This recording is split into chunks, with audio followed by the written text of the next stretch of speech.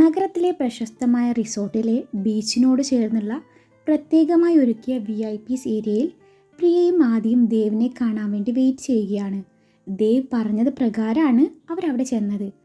അവരവിടെ എത്തിയിട്ട് ഏകദേശം അരമണിക്കൂർ കഴിഞ്ഞു.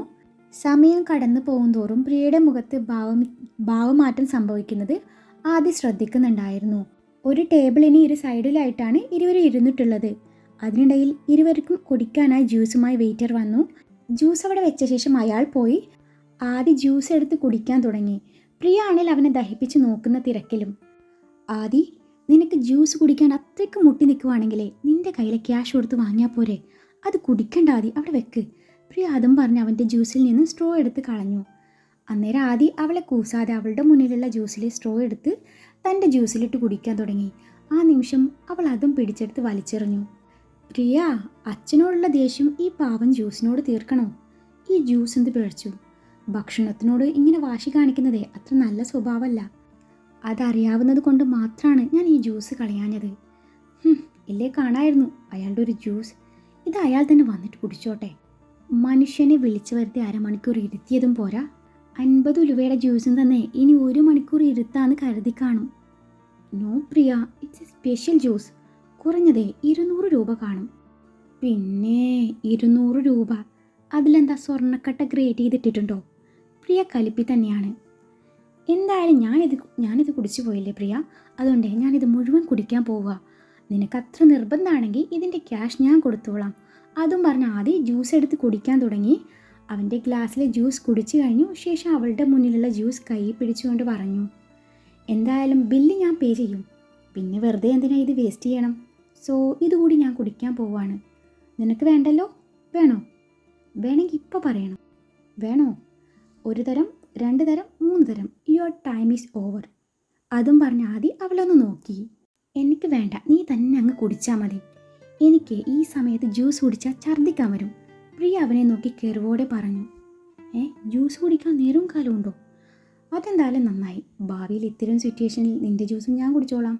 അതും പറഞ്ഞ് ആദി ജ്യൂസ് കൂടി തുടർന്നു. ആദി പറയുന്ന എന്തും താൻ അനുസരിക്കാമെന്ന് അവരൊന്നായ ആ രാത്രിയിൽ ആദിക്ക് അവൾ വാക്ക് കൊടുത്തു പോയിരുന്നു. ആ ഒറ്റ കാരണം കൊണ്ടാണ് പ്രിയ ദേവിനെ കാണാൻ സമ്മതിച്ചത്. ആദി, എനിക്ക് ദേഷ്യം വരുന്നുണ്ട് കേട്ടോ. എത്ര നേരമായി നമ്മളിവിടെ വന്ന് കുത്തിയിരിക്കാൻ തുടങ്ങിയിട്ട്. അയാൾക്ക് മാത്രമല്ല തിരക്കുള്ളത്, നമുക്കും തിരക്കുള്ളതാ. ആദി, നീ വന്നേ, നമുക്ക് പോവാം. എൻ്റെ ബട്ടർഫ്ലൈ, നീ ഇങ്ങനെ BP കൂട്ടല്ലേ. കുറച്ച് നേരം കൂടി വെയിറ്റ് ചെയ്തിട്ടേ നമുക്ക് പോവാം. അങ്ങേര് വൈകാൻ നമുക്കെന്താ? നമുക്കിങ്ങനെ ഫ്രീ ആയി കാറ്റും കൊണ്ട് ഫ്രീ ആയി ജ്യൂസും കുടിച്ച്. അത് പറഞ്ഞപ്പോൾ പ്രിയ അവനൊന്ന് കടുപ്പിച്ച് നോക്കി. സോറി, ജ്യൂസ് ഫ്രീ അല്ല അല്ലേ? എങ്കിൽ ഫ്രീ അല്ലാത്ത ജ്യൂസും കുടിച്ച് അങ്ങ് മിണ്ടിയും പറഞ്ഞിരിക്കാന്നേ. ആദ്യം അത് പറഞ്ഞതും പ്രിയ അതിഷ്ടപ്പെടാത്ത മട്ടി മുഖം കോട്ടിക്കൊണ്ട് എങ്ങോട്ടോ ദൃഷ്ടി പതിപ്പിച്ചു. ഹേ ബട്ടർഫ്ലൈ, പിണങ്ങല്ലേ. ഇപ്രാവശ്യത്തേക്ക് നീ ഒന്ന് ക്ഷമി. അങ്ങേര് വരുമ്പോൾ നീ പറഞ്ഞാൽ മതി ഇനി മുതൽ കൃത്യനിഷ്ഠത പാലിക്കണമെന്ന്. അല്പം ഭീഷണി കലർത്തി പറഞ്ഞാൽ മതി. നീ പറഞ്ഞാൽ അങ്ങേർക്ക് മറുത്തൊന്നും പറയാൻ പറ്റില്ല. നിന്നെ അത്രയ്ക്ക് ഇഷ്ടം അങ്ങേർക്ക്. ആദ്യ പ്രിയെ ഓരോന്ന് പറഞ്ഞ് സമാധാനിപ്പിച്ചു അവിടെ പിടിച്ചിരുത്താൻ ശ്രമിക്കുന്നുണ്ട്. വഴക്കിയാണ്. അങ്ങേർക്ക് പറ്റിയ അബദ്ധം അതാണ് ഞാൻ. പിന്നെ മകളായി പോയില്ലേ എന്ന ഒറ്റ കാരണം കൊണ്ട് ഇത്രയും കാലം ഒരച്ഛൻ്റെ കടമ നിർവഹിച്ചു എന്ന് മാത്രം. ഇപ്പം കാണിക്കുന്ന ഈ സ്നേഹം ആരെയൊക്കെയോ എന്തൊക്കെയോ ബോധിപ്പിക്കാൻ വേണ്ടി മാത്രമാണ്. ഇത്രയും കാലം ക്രോണിക് ബാച്ചിലറായി നടന്നിട്ട് പെട്ടെന്നൊരു നാൾ കള്ളി വെളിച്ചത്തായപ്പോൾ കാട്ടിക്കൂട്ടുന്ന പ്രസവനം. അത്രേ ഞാനിതിനെ കാണുന്നുള്ളൂ. നിനക്ക് വല്ല ആവശ്യം ഉണ്ടായിരുന്നോ എങ്ങാണ്ടോ ഇരുന്ന് അങ്ങേരെ ഇങ്ങോട്ട് കെട്ടിയെടുത്തേ എൻ്റെ മനസ്സമാധാനം കളയാൻ? അവന് കേരളത്തിലുള്ള സംഗീതജ്ഞൻ പോരാത്രേ, അതുകൊണ്ടേ ചെന്നൈയിൽ നിന്ന് ഇറക്കുമതി ചെയ്തിരിക്കുന്നു. എനിക്കിപ്പോൾ ഫോൺ വരെ ഒന്നും ഓൺ ചെയ്യാൻ പറ്റാത്ത അവസ്ഥയാണ്. ഓൺ ചെയ്താൽ അപ്പം വരും അങ്ങേരുടെ വിളി. എന്നിട്ടോ ഒരു വാവേ വിളി. അച്ഛനാണ് വാവേ. വാവേ ഉറങ്ങിയോ? വാവേ എഴുന്നേറ്റോ? വാവേ ഭക്ഷണം കഴിച്ചോ? വാവേ കോളേജിൽ പോണില്ലേ? തേങ്ങയാണ് വാവേ, മാങ്ങയാണ് വാവേ, ഒലക്കാണ് വാവേ. എനിക്കത് കേൾക്കുമ്പോൾ ആകെ ഭ്രാന്ത് പിടിക്കും. എൻ്റെ പ്രിയ, നീ ഇങ്ങനെ എഴുതാപ്പുറം വായിക്കല്ലേ. അദ്ദേഹത്തിൻ്റെ കണ്ണിൽ നിന്നോടുള്ള സ്നേഹം ഞാൻ പലതവണ കണ്ടതാ. അദ്ദേഹത്തിന് പറയാനുള്ളത് കേട്ടിട്ട് പോരെ ഇങ്ങനെയുള്ള സംസാരമൊക്കെയും? ഒന്നുമില്ലേലും നിൻ്റെ അച്ഛനല്ലേ. ആദ്യം അവളെ പറഞ്ഞ് മനസ്സിലാക്കാൻ നോക്കുകയാണ്. അച്ഛനാണത്ര അച്ഛൻ. സലീം കുമാറിൻ്റെ ഈ ഡയലോഗ് അയാളുടെ മുഖത്ത് നോക്കി പറയാൻ അറിയാനിട്ടല്ല, വേണ്ടെന്ന് വെച്ചിട്ടാ. ഒന്നുമില്ലേലും എത്രയോ പൈസ ചിലവിട്ട് എന്നെ ഈ കോലത്തിലാക്കിയെടുത്ത മനുഷ്യനല്ലേ. ആ ഒറ്റ കാരണം കൊണ്ട് മാത്രം ഞാൻ കൂടുതലൊന്നും പറയുന്നില്ല. പെട്ടെന്നൊരു ദിവസം ഒരാൾ അച്ഛനാണെന്ന് പറഞ്ഞു വന്നാൽ എൻ്റെ പൊന്നച്ഛ എന്നും പറഞ്ഞ് കെട്ടിപ്പിടിച്ച് പൊട്ടിക്കരയാനോ അയ്യോ അച്ഛാ പോവല്ലേ എന്നും പറഞ്ഞ് പിന്നാലെ നടക്കാനും എന്നെ കിട്ടില്ല. ഇനിയിപ്പോൾ അയാൾ മകളെ മാപ്പ് തരൂ എന്നും പറഞ്ഞ് എൻ്റെ കാൽക്കൽ വീണാലും ശരി, ഞാൻ അരുത് അച്ഛാ അരുത് എന്നും പറഞ്ഞ് സെൻറ്റി അടിക്കാനും പോയില്ല. എനിക്ക് ഈ സെൻറ്റി അടിക്കാരോട് പുച്ഛം മാത്രമേ ഉള്ളൂ. പ്രിയ ഭാവവ്യത്യാസമൊന്നുമില്ലാതെ പറഞ്ഞു. ചുരുക്കി പറഞ്ഞ സെൻറ്റിമെൻറ്റ്സ്, ഇമോഷൻസ്, ഫീലിങ്സ്, അറ്റാച്ച്മെൻറ്റ്സ് ഇതൊന്നുമില്ലാത്ത ഒരു പ്രത്യേക തരം ജന്മമാണ് നിൻ്റേത്.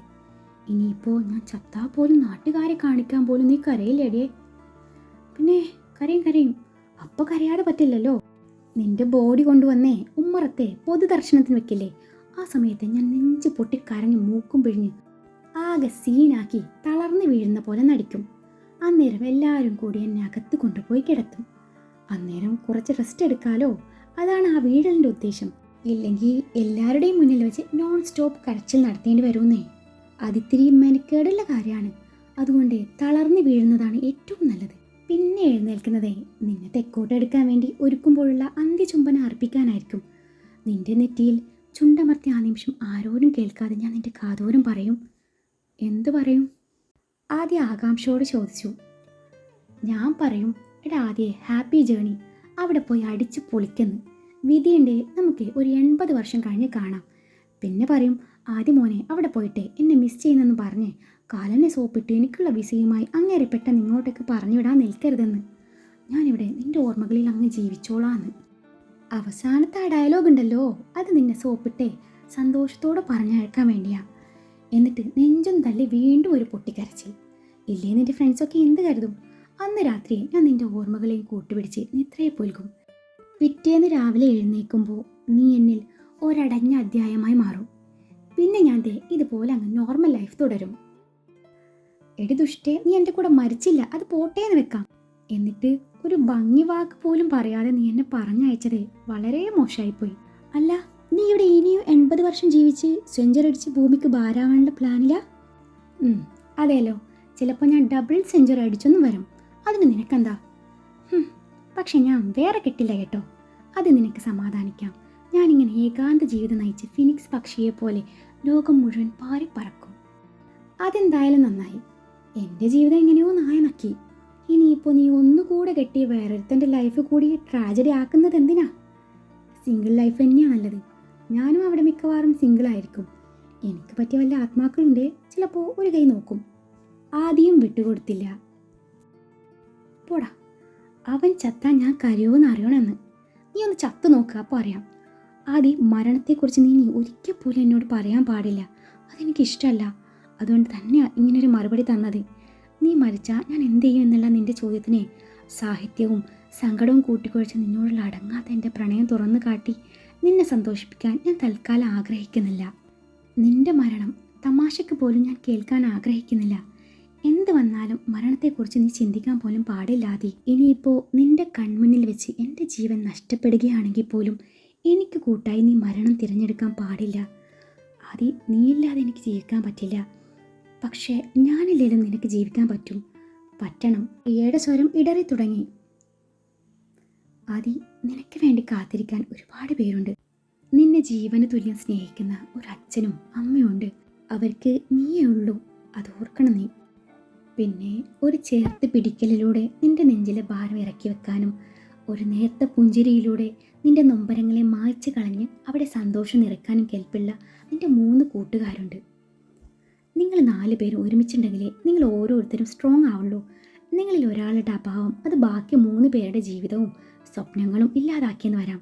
എനിക്കറിയാം 4 പേർക്കും 4 മേഖലയിലാണ് ഇൻട്രസ്റ്റ്. പക്ഷേ എത്തിപ്പെട്ടത് മറ്റെവിടെയുമാണ്. പക്ഷേ എനിക്കുറപ്പാണ്, നിങ്ങൾ ആത്മാർത്ഥമായി ആഗ്രഹിച്ചാൽ അത് നേടാൻ പറ്റും. പക്ഷെ അപ്പോഴും ഒരാൾക്ക് പിന്തുണ നൽകി ബാക്കി 3 പേരും കൂടെ തന്നെ വേണം. അവരുള്ളപ്പോൾ നീ എന്നെ താനേ മറന്നോളും. പ്രിയ അത്രയും പറഞ്ഞു നിർത്തി.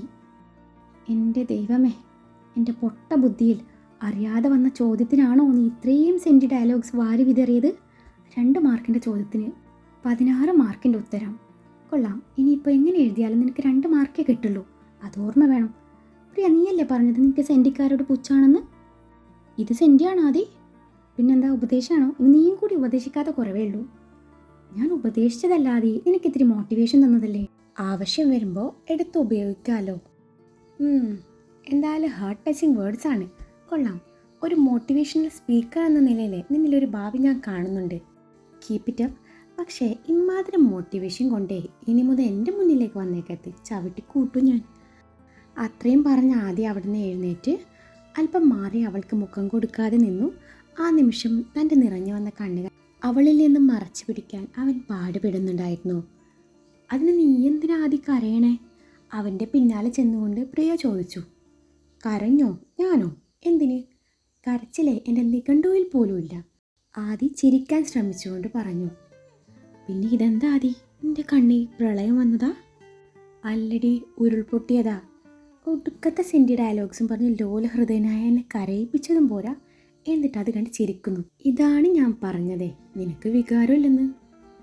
നിനക്കത് ആവശ്യത്തിൽ കൂടുതലുണ്ടല്ലോ, അത് മതി, പ്രിയ കുസൃതിയോടെ പറഞ്ഞു. എന്ത് വികാരം? ഞാൻ ഉദ്ദേശിച്ചതേ ആ വികാരമില്ല, അത് നിനക്കും അത്യാവശ്യമുള്ളതാ. ഇത് മറ്റേ വികാരം, ഇമോഷൻസ് ആൻഡ് ഫീലിങ്സ്. നീ ദേവദത്തിന് എന്തിനുണ്ടായ മുതലാണോ? നിനക്കാകെയുള്ള ഇമോഷൻസ് എന്ന് പറയുന്നതേ എന്നോടൊരല്പം പ്രണയമുണ്ട്, അത് മാത്രമേ ഉള്ളൂ. വേറെ ഒരു ഇമോഷനും ഞാൻ കാണുന്നില്ല. അതുകൊണ്ടാണല്ലോ അന്ന് സ്റ്റേജിൽ കയറി പബ്ലിക്കായി എന്നെ ഇൻസൾട്ട് ചെയ്തത്. ഇനിയിപ്പോൾ നിൻ്റെ അമ്മ വല്ല റോബോട്ടും ആണോ? അതായിരിക്കും നീ ഇങ്ങനെ ആയത്.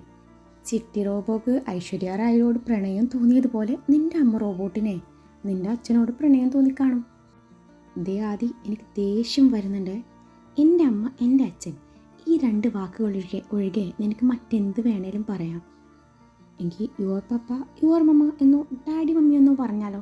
ഇല്ലെങ്കിൽ അമ്മ അപ്പ എന്നാക്കാം. ചെന്നൈയിലാകുമ്പോൾ അതാണ് കുറച്ചുകൂടി നല്ലത്. ഇത് കേട്ടതും പ്രിയ അവനെ കൂർപ്പിച്ചു നോക്കി. പ്രിയ, ഞാൻ പറഞ്ഞു വന്നത് എന്താണെന്ന് വെച്ചാൽ, നീ പകുതി മനുഷ്യനും പകുതി റോബോട്ടുമായ പ്രത്യേകതരം മനുഷ്യജന്മമാണെന്നാണ്. ആദ്യം പറഞ്ഞതും പ്രിയ എന്തുവാ ഈ പറയുന്നത് എന്ന പോലെ കണ്ണും തള്ളി അവനെ നോക്കിയിരിപ്പാണ്. മനസ്സിലായില്ല? എടി, നീ ഒരു ഇച്ഛാധാരി യന്ത്രകന്യകയാണെന്ന്. ഇച്ഛാധാരി യന്ത്രകന്യകയോ? ഇച്ഛാധാരി നാഗിനെന്ന് കേട്ടിട്ടുണ്ട്. പ്രിയ, ഇതതിൻ്റെ മറ്റൊരു വേർഷനാണ്. ദൈവമേ, ഇനി നമുക്കുണ്ടാകുന്ന കൊച്ചുങ്ങൾ വല്ലതും യന്ത്ര കൊച്ചുങ്ങളായിരിക്കോ? ഷോ, അത് കേട്ടതും പ്രിയ അവനെ നോക്കി പേടിപ്പിച്ചു. അതാണ് നിൻ്റെ അച്ഛൻ അമ്മയെ പറ്റി ചോദിക്കുമ്പോൾ ഒന്നും പറയാഞ്ഞത്. പ്രിയ, ഏത് നിമിഷവും പൂർണ്ണമായും നീ ഒരു റോബോകളായി മാറാനുള്ള സാധ്യതകൾ ഞാൻ കാണുന്നുണ്ട്. നീ ഒന്ന് വട്ടം തിരിഞ്ഞേ. ചിലപ്പോൾ അതാണ് നിൻ്റെ സീക്രട്ട് ട്രാൻസ്ഫോർമേഷൻ കോഡെങ്കിലോ? പറയാൻ പറ്റില്ല. ഇങ്ങനെ മണ്ടത്തരം എഴുന്നള്ളിക്കാതെ ഒന്ന് പോവാതി. ഞാൻ ശക്തിമാനാണല്ലോ വട്ടം തിരിയാൻ. അല്ലാതെ വന്ന് നീയും ഗൂഗിളേട്ടനെ പോലെ നിലവാരമില്ലാത്ത കോമഡി പറഞ്ഞ് തുടങ്ങിയോ? ആദ്യം കണ്ടപ്പോൾ എന്തൊക്കെ പ്രസഹനമായിരുന്നു. റാഗിങ്, കൈക്കേറി പിടിക്കുന്നു, കംപ്ലൈൻറ്റ് കൊടുത്തതിന് ഭീഷണിപ്പെടുത്തുന്നു, എന്നെ പിടിച്ചു നിർത്തി മാസ് ഡയലോഗ് വാരി വിതറുന്നു, എന്നെ പേടിപ്പിക്കാൻ മുറി കയറുന്നു, എൻ്റെ കുളിസീനെ ഒളിഞ്ഞു നോക്കി പിറ്റേന്നതൊക്കെ വന്ന് എന്നോട് തന്നെ വിളമ്പുന്നു, പിന്നീട് ഫ്രണ്ട്ഷിപ്പ് ട്രാക്ക് പിടിക്കുന്നു, അതിലൂടെ ലവ് ട്രാക്കിലേക്ക് മെല്ലെ കയറുന്നു, പിന്നീട് അടി ഇടി വെല്ലുവിളി ബ്രേക്കപ്പ്, അവസാനം കറങ്ങി തിരിഞ്ഞ് എന്നെ തന്നെ കെട്ടുന്നു, അവിടെ നിന്നും ചുമ്മാ ഷോ ഇറക്കി എന്നെ വിരട്ടുന്നു, മലപ്പുറം കത്തി മെഷീൻ ഗൺ, അവസാനം കലിപ്പനാതിഥെ ചളിവീരനായി എൻ്റെ മുന്നിൽ നിൽക്കുന്നു. ദൈവത്തിൻ്റെ ഓരോരോ വികൃതികളെ. പ്രിയ, ഒരു തിരുത്തുണ്ടേ. നിൻ്റെ കുളിസീൻ ഞാൻ ഒളിഞ്ഞു നോക്കിയിട്ടില്ല. കുളി കഴിഞ്ഞു വരുന്ന സീനില്ലേ, അതാണ് ഞാൻ കണ്ടത്. അതും തികച്ചും യാദൃശ്ചികമായി കണ്ടതാ. ഞാനാടെ ഒറ്റ തവണയെ നോക്കിയുള്ളൂ. പിന്നെ എനിക്ക് നാണം വന്നു. ആദ്യം നിഷ്കുവായി പറഞ്ഞു. ഓ, എന്തൊരു നിഷ്കളങ്കത. എന്തായാലും നീ എൻ്റെ മുറി കയറിയില്ലേ, അത് തന്നെ ധാരാളം. അല്ല പ്രിയ, നീ പറഞ്ഞു വരുന്നത് ഗൂഗിൾ പറയുന്ന കോമഡി ഒട്ടും നിലവാരമില്ല എന്നാണോ? എന്താ സംശയം? അവൻ പറയുന്ന ട്രാജഡി വരെ കോമഡിയായി വൈറലായ സംഭവം വരെയുണ്ട്. വൈറലായിരിക്കില്ല, വിറയലായിരിക്കും. അല്ലെന്ന്, അവൻ നല്ലൊരു കൊമേഡിയനാ. പറഞ്ഞു വരുമ്പോൾ അവൻ ചാർലി ചാപ്ലിൻ്റെ അടുത്ത ബന്ധുവായി വരും, അമ്മായിയുടെ മോൻ. പാവം, ട്രാജഡി പറയുന്നതിനെ ടൈമിംഗ് ഒന്ന് പാളി. പിന്നീട് വൻ കോമഡി ആയിപ്പോയി. ഞാനത് ഫോണിൽ റെക്കോർഡ് ചെയ്തിട്ടുണ്ട്, വേണേ കേൾപ്പിക്കാം. അയ്യോ വേണ്ടേ, ഞാൻ നിൻ്റെ കോമഡി കേട്ടേ ഒരു പരുവായി, ഇനി താങ്ങില്ല. എങ്കിൽ നിൻ്റെ തന്തപ്പടി വരും വരെ ടൈം പാസ് ചെയ്യാൻ ഞാനൊരു പാട്ട് പാടാം. നിൻ്റെ ഈ മൂടൊന്ന് ഓക്കെ ആവുകയും ചെയ്യും. പറയുന്നത് കൊണ്ടൊന്നും തോന്നരുത്. പാട്ട് പോയിട്ടേ പാ എന്ന് കേൾക്കുന്നത് എനിക്കിപ്പോൾ അലർജിയാണ്.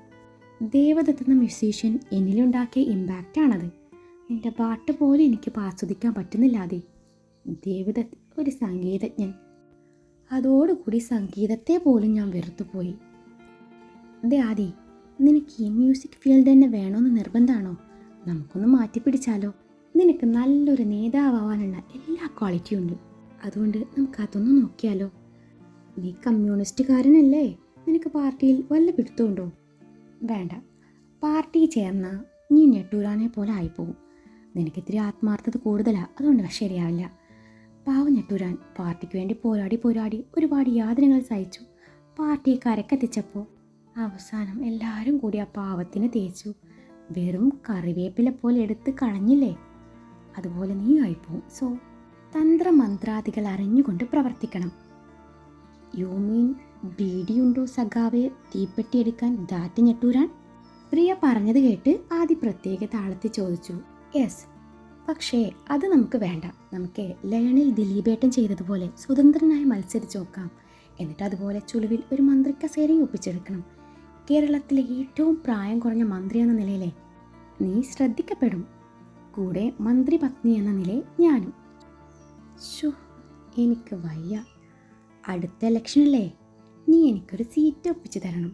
നീ ആഭ്യന്തരമന്ത്രി, ഞാൻ എനിക്ക് ഏതെങ്കിലും വകുപ്പ് മന്ത്രി കസേര കിട്ടിയാൽ മതി.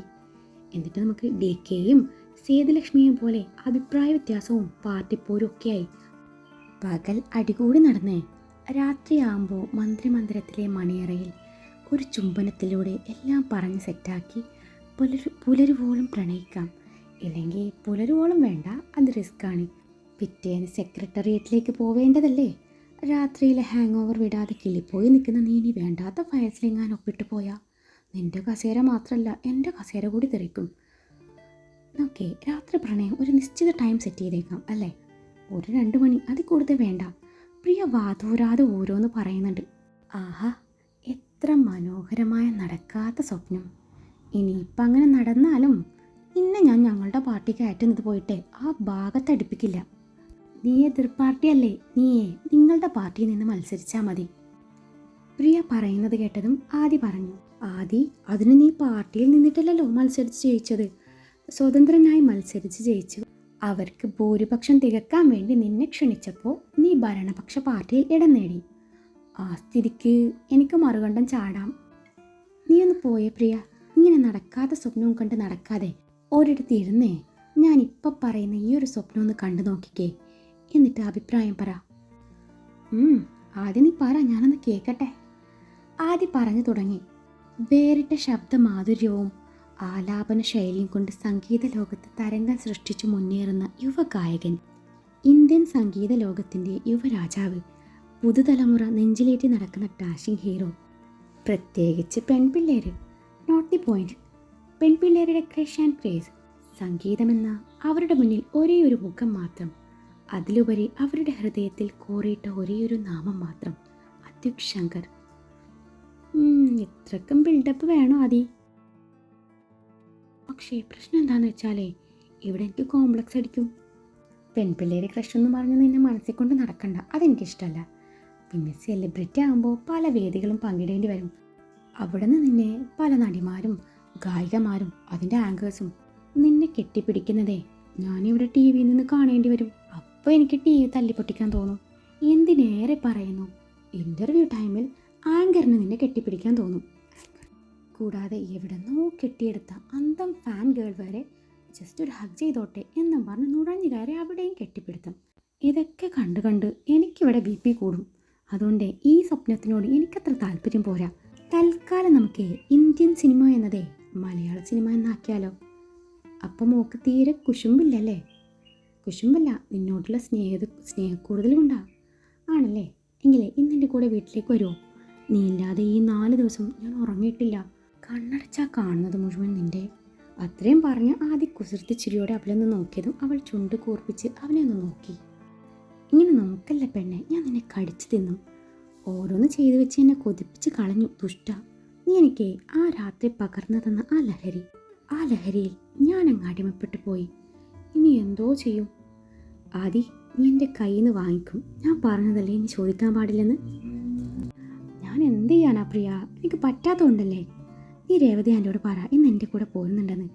ഒന്നും ഉണ്ടാവില്ല, ജസ്റ്റ് ഹഗ് ചെയ്ത് കിടക്കാം.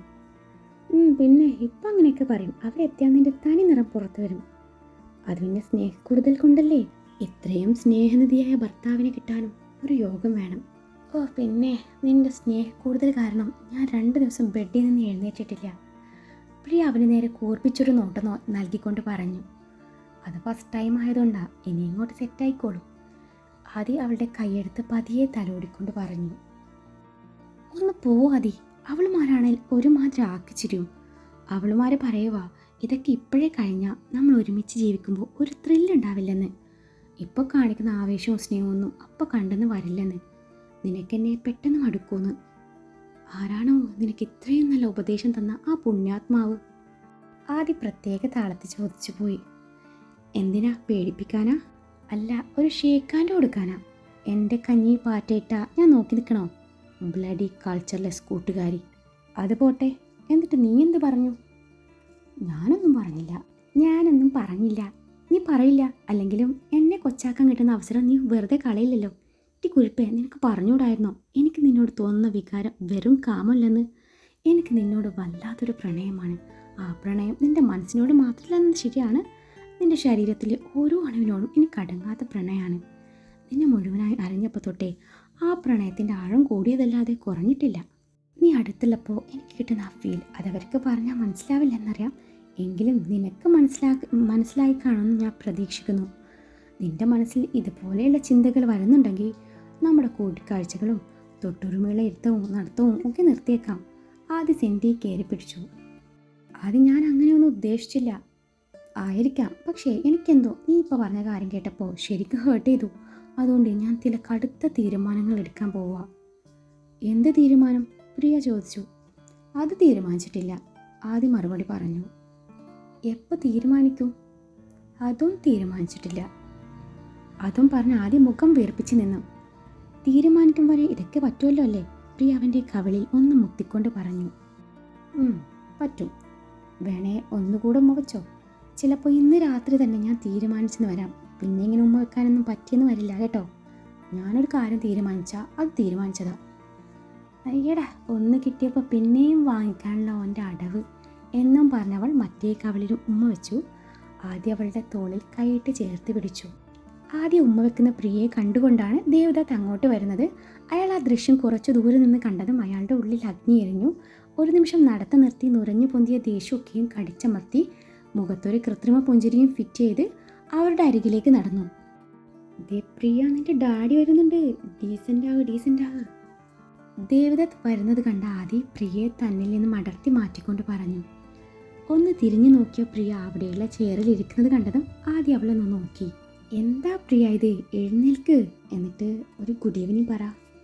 പിന്നെ എഴുന്നേറ്റ് ഗുഡ് ഈവനിങ് പറഞ്ഞ് സുഖിപ്പിക്കാനേ എന്നെ 4ാം ക്ലാസ്സിൽ പഠിപ്പിച്ച മലയാളം സാറാണല്ലോ വരുന്നത്. ഒന്ന് പോവാതി, എന്നിൽ നിന്നും കൂടുതലൊന്നും എക്സ്പെക്റ്റ് ചെയ്യരുത്. പ്രിയ, നിന്നെ പഠിപ്പിച്ച സാറന്മാരെ മാത്രമേ നീ എഴുതിരുന്ന വിഷയൂ. മൂത്തവരെ ബഹുമാനിക്കണം എന്ന് നീ പഠിച്ചിട്ടില്ലേ പ്രിയ? ഇല്ല, ഞാൻ പഠിച്ചിട്ടില്ല. എനിക്കത് പഠിപ്പിക്കാൻ അച്ഛനോ അമ്മയോ ആരും ഇല്ലായിരുന്നു. നീ സ്കൂളിൽ പോയിട്ടുണ്ടല്ലോ, അവിടുന്ന് ഇതൊക്കെയും പഠിച്ചിട്ടില്ലേ? ഇല്ല, എൻ്റെ സിലബസിലെ അതില്ലായിരുന്നു. പ്രിയ വിട്ടുകൊടുത്തില്ല. അവൾ എങ്ങോട്ടോ മിഴികളോന്നിയിരുന്നു. അപ്പോഴേക്കും ദേവ് അവരുടെ അരികിലെത്തിയിരുന്നു. ദേവിനെ കണ്ട ആദി അയാൾക്ക് നിറഞ്ഞ പുഞ്ചിരി സമ്മാനിച്ചു. ഗുഡ് ഈവനിങ് അങ്കിൾ, വരണ അങ്കിൾ ഇരിക്കൂ. പുറമെ കാണിക്കാനാണെങ്കിലും ആദിക്ക് നിറഞ്ഞ പുഞ്ചിരി സമ്മാനിച്ചുകൊണ്ട് ദേവ് അവനെ ഹഗ് ചെയ്തു. പിന്നീട് അയാളുടെ നോട്ടം തന്നെ ശ്രദ്ധിക്കാതെ ഫോണിൽ കുത്തുന്ന പ്രിയയിലേക്ക് നീണ്ടു. അവളുടെ ആ പെരുമാറ്റം കണ്ട് ദേവിൻ്റെ മുഖം മങ്ങുന്നത് ആദി ശ്രദ്ധിച്ചിരുന്നു. അങ്കിൾ വന്നത് പ്രിയ കണ്ടില്ലെന്ന് തോന്നുന്നു. ആദി ദേവിനോട് അതും പറഞ്ഞു പ്രിയയെ വിളിച്ചു. പ്രിയ, ലുക്ക് ഹിയർ, യുവർ ഡാഡ്. അതിന് ഞാനെന്ത് വേണം? ആദി പറഞ്ഞത് കേട്ടതും അവൾ ഭാവവ്യത്യാസമില്ലാതെ പറഞ്ഞു. അതുകൂടി ആയത് ദേവിൻ്റെ മുഖം ഒന്നുകൂടെ മങ്ങി. പ്രിയയുടെ പെരുമാറ്റം ആദിക്കും ഇഷ്ടമായില്ല. സോറി അങ്കിൾ, ആദി ദേവിനോട് പറഞ്ഞു. അതിന് ആദ്യം എന്തിനാ എന്നോട് സോറി പറയുന്നത്? അവൾ ഈ കാണിക്കുന്നതിനൊക്കെ ഉത്തരവാദി ഞാൻ തന്നെയാണ്. So leave it. ആദ്യം ഇരിക്ക്. ദേവ് പറഞ്ഞതും ആദ്യം പ്രിയയുടെ തൊട്ടരികിലെ കസേരയിലിരുന്നു. ദേവ് അവർക്ക് ഓപ്പോസിറ്റുള്ള കസേരയിലും. നിങ്ങൾ ഒരുപാട് നേരം വെയിറ്റ് ചെയ്തു അല്ലേ? അതിന് ആദ്യം തന്നെ ഞാനൊരു ക്ഷമ ചോദിക്കുന്നു. അവിടെ നിറങ്ങാൻ നേരം പുതിയ പ്രൊജക്റ്റിൻ്റെ ഭാഗമായി 2 പേര് കാണാൻ വന്നു. സെലിബ്രിറ്റി ലൈഫ് ഇതാണല്ലോ, ഭയങ്കര ബോറാണ്, എപ്പോഴും ബിസി ആയിരിക്കും. അവരോട് കഴിവതും പെട്ടെന്ന് സംസാരിച്ച് തീർത്തേ അവർ പറഞ്ഞു വിട്ട് ആ നിമിഷം ഫ്ലാറ്റിൽ നിന്ന് ഇറങ്ങിയിരുന്നു. അതിനിടയിൽ വണ്ടി ട്രാഫിക് ബ്ലോക്ക് പെട്ടു. അതിനിടയിൽ ചില ഫാൻസുകാരുടെ സ്നേഹപ്രകടനവും. അങ്ങനെ കുറച്ചു നേരം അവിടെയും പോയി. ഇവിടെ റിസോർട്ടിൽ വന്നപ്പോൾ ഒരു പഴയ കൂട്ടുകാരനെ കണ്ടു. അങ്ങനെ അവരോടും സംസാരിച്ച് കഴിഞ്ഞപ്പോൾ ഇത്രയും സമയമായി. ഇറ്റ്സ് ഓക്കെ അങ്കിൾ, എനിക്ക് പോയിട്ട് ധൃതിയൊന്നുമില്ല, ആദ്യ പറഞ്ഞു.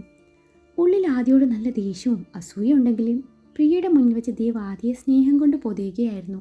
ഇരുവരും സംഗീതവുമായി ബന്ധപ്പെട്ട് കുറച്ചു നേരം സംസാരിച്ചു. ശേഷം പ്രിയയുടെ മുന്നിൽ നല്ലൊരു ഇമേജ് ഉണ്ടാക്കിയെടുക്കുക എന്ന ഉദ്ദേശത്തിൽ ആദ്യക്ക് നേരെ ഒരു പേപ്പർ നീട്ടിക്കൊണ്ട് പറഞ്ഞു, ഇത് അടുത്ത ആഴ്ച ഷൂട്ടിംഗ് ആരംഭിക്കുന്ന പുതിയ തമിഴ് മൂവിയുടെ സോങ്ങിൻ്റെ ലിറിക്സ് ആണ്.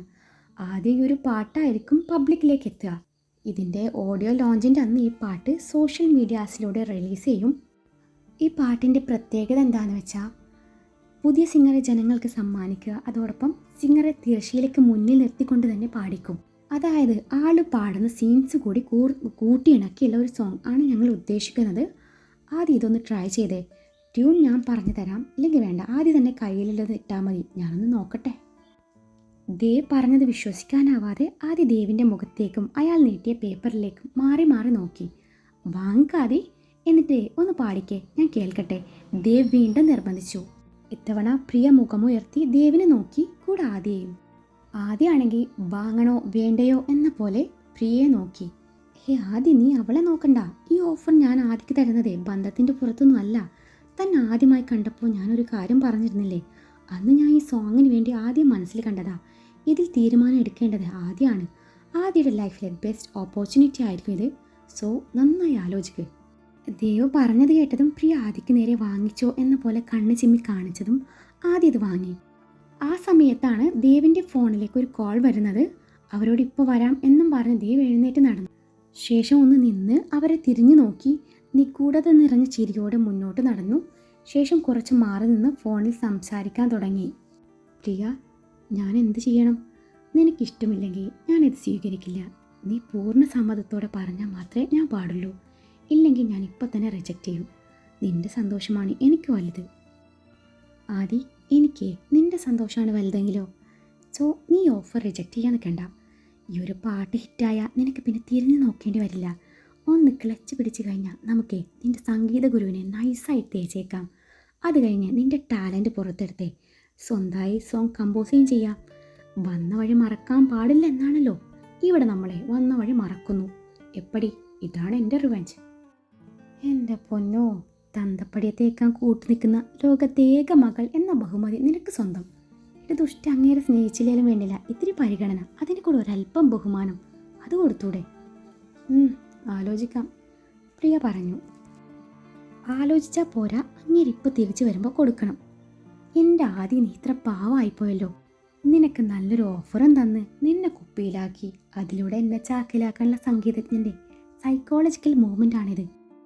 നീ പറഞ്ഞ പോലെ ഞാൻ ചാടിക്കയറി ബഹുമാനവും പരിഗണനയും കൊടുത്താൽ അങ്ങേർക്ക് ഡൗട്ട് അടിക്കില്ലേ? ചിലപ്പോൾ അങ്ങേരുടെ മനസ്സ് മാറി നിനക്ക് തന്ന ഓഫർ വരെ പിൻവലിച്ചെന്ന് വരാം. സത്യം പറയാലാതി, ഈ ലോകത്തെ നിന്നൊഴികെ ഒരാളെയും ഞാൻ കണ്ണടച്ച് വിശ്വസിക്കില്ല. അതുകൊണ്ടേ നിന്റെ പാട്ട് ഇറങ്ങുന്നവരെ എന്നിൽ നിന്നും വലിയ പുരോഗതിയൊന്നും പ്രതീക്ഷിക്കണ്ട. നീ വേണേ സ്നേഹം കാണിച്ചോ, എനിക്ക് പരാതിയില്ല. ഗുരു ശിഷ്യ ബന്ധം കുഴപ്പമില്ല എന്ന് വെച്ചേ കൂടുതൽ ആത്മാർത്ഥതൊന്നും വേണ്ട. ദയാദി അങ്ങേരിപ്പോൾ വരും, എന്നിട്ട് നോക്കിക്കോ, നിന്നോടൊരു സോറി പറയും, കൂടെ പൊങ്ങച്ചം കലർന്ന കുറച്ച് എക്സ്ക്യൂസും. എന്നിട്ട് നിന്നോട് ആ പാട്ട് പാടാൻ പറയും. നിന്റെ പാട്ടിൽ ലയിച്ചിരിക്കുന്ന എൻ്റെ മുഖത്തേക്ക് അയാളൊന്ന് നോക്കും. അത് കഴിഞ്ഞ് എൻ്റെ മൈൻഡൊന്ന് സെറ്റായെന്ന് ഉറപ്പ് വരുത്തി അങ്ങേരുടെ ഫ്ലാഷ് ബാക്ക് സ്റ്റോറിയുടെ പെട്ടി തുറക്കും. എല്ലാം കഴിഞ്ഞ് അവസാനം 5-6 ഇമോഷണൽ ഡയലോഗ്സും വാരി വെതറും. ഇതായിരിക്കും ഇനി നടക്കുക. പക്ഷേ അതിലൊന്നും പ്രിയ വീഴില്ല. എടി അച്ഛനെ ട്രോളുന്നോടി കുരിപ്പേ, നീ എന്താ ഇങ്ങനെ? ഇതൊക്കെയും എന്നെ ബോധ്യപ്പെടുത്താനാണോ അതോ അങ്ങനെ സ്നേഹിക്കില്ല എന്ന് സ്വയം മനസ്സിനെ പറഞ്ഞ് പഠിപ്പിക്കുകയാണോ? എങ്ങനെ വേണേലും കരുതാം. എനിക്ക് അങ്ങനെ അച്ഛനായി കരുതാനോ സ്നേഹിക്കാനോ പറ്റുന്നില്ലാതെ ഞാൻ ഒരുപാട് ശ്രമിച്ചു നോക്കി. അങ്ങേരെ എൻ്റെ അച്ഛനാണെന്ന് ഞാൻ മനസ്സിനെ പറഞ്ഞ് പഠിപ്പിച്ചു നോക്കി. പക്ഷെ പറ്റുന്നില്ല. ഞാൻ എന്ത് ചെയ്യാനാ? ചിലപ്പോൾ ഞാൻ വളർന്ന സാഹചര്യങ്ങൾ കൊണ്ടായിരിക്കാം എന്നെ കൊണ്ട് ഇങ്ങനെയൊക്കെ ചെയ്യിപ്പിക്കുന്നത്. നിനക്കിതൊന്നും പറഞ്ഞാൽ മനസ്സിലാവില്ല ആദി. ഞാൻ എന്നേ വെറുത്തു പോയതാ. ഇനി മാറ്റി ചിന്തിക്കാൻ പ്രയാസമാണ്. ചിലപ്പോൾ മാറ്റം വരാം, അതിനൊരുപാട് സമയം എടുത്തെന്നും വരാം.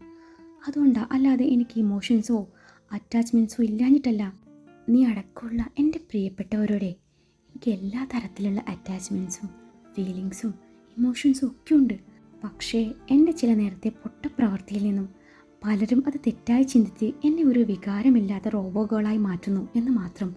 അത്രയും പറഞ്ഞ് അവൾ എങ്ങോട്ടോ മിഴികളൂന്നിയിരുന്നു.